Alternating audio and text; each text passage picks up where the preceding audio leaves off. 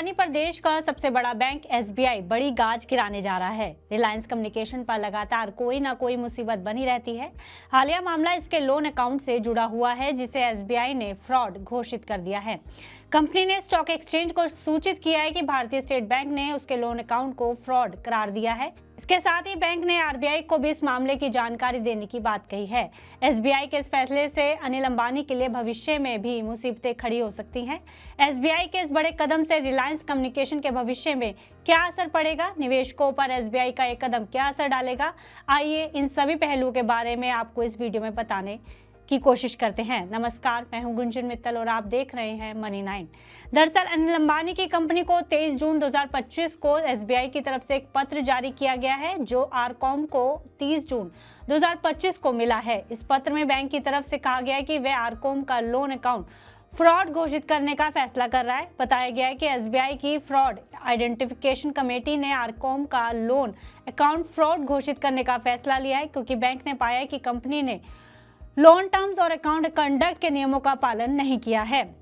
इसके साथ ही बैंक ने कंपनी के उस समय के डायरेक्टर अनिल धीरूभाई अंबानी का नाम भी आरबीआई को भेजने की बात कही है इस पत्र में, जो आरबीआई के निर्देशों के अनुरूप है। इस मामले के बैकग्राउंड की बात की जाए तो फिलहाल आरकॉम 2019 से कॉर्पोरेट इंसॉल्वेंसी रेजोल्यूशन प्रोसेस से गुजर रही है, जो इंसॉल्वेंसी और बैंकरप्सी कोड 2016 के तहत शुरू की गई थी। कंपनी के बोर्ड का नियंत्रण रेजोल्यूशन प्रोफेशनल श्री अनीश निरंजन नानावटी के पास है, जिन्हें एनसीएलटी मुंबई बेंच ने नियुक्त किया है। लेकिन एसबीआई की ओर से जिस लोन को लेकर आपत्ति जताई गई है, वह दिवालिया प्रक्रिया शुरू होने से पहले का है, इसलिए इसका सेटलमेंट रेजोल्यूशन प्लान या लिक्विडेशन के जरिए होना चाहिए।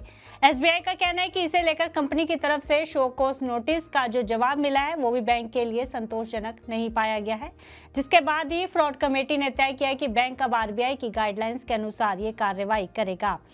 अनिल अंबानी का आरबीआई को नाम भेजने का फैसला भी इसलिए लिया गया है क्योंकि आरबीआई के नियमों के अनुसार यदि किसी फ्रॉडलेंट लोन में की मैनेजमेंट पर्सोनल का हाथ हो तो उनका नाम भी सीधा रिपोर्ट करना अनिवार्य होता है। ऐसे में एसबीआई को अनिल अंबानी का नाम भेजना होगा। हालांकि अनिल अंबानी अब इस कंपनी से जुड़े हुए नहीं है, लेकिन बैंक ने कहा है कि ये लेन देन उस जमाने का है जब वो कंपनी के डायरेक्टर थे, और इसलिए उनका नाम इस पूरे मामले में रिपोर्ट होगा।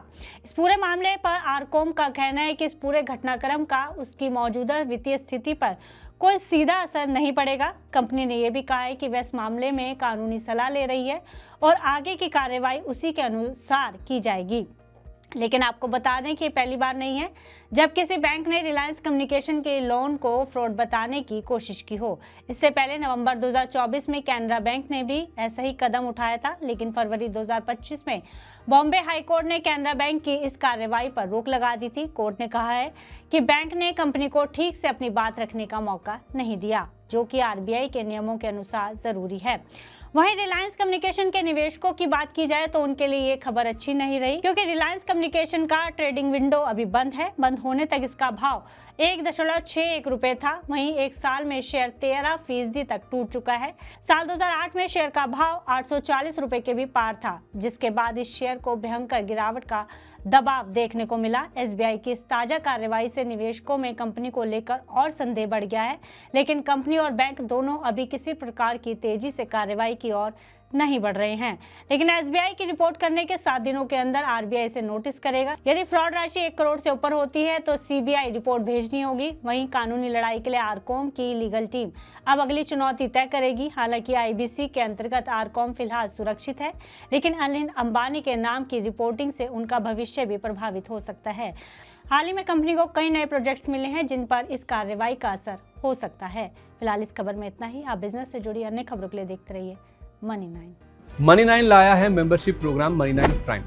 अब आपके दिमाग में कई सारे सवाल होंगे, मसलन आखिर क्या है ये मनी 9 प्राइम, आपके लिए यानी दर्शकों के लिए इसके क्या फायदे हैं, और एक बड़ा सवाल ये कि मनी 9 प्राइम से आखिर जुड़ना कैसे है। तो इसकी पूरी जानकारी हम आपको देने जा रहे हैं।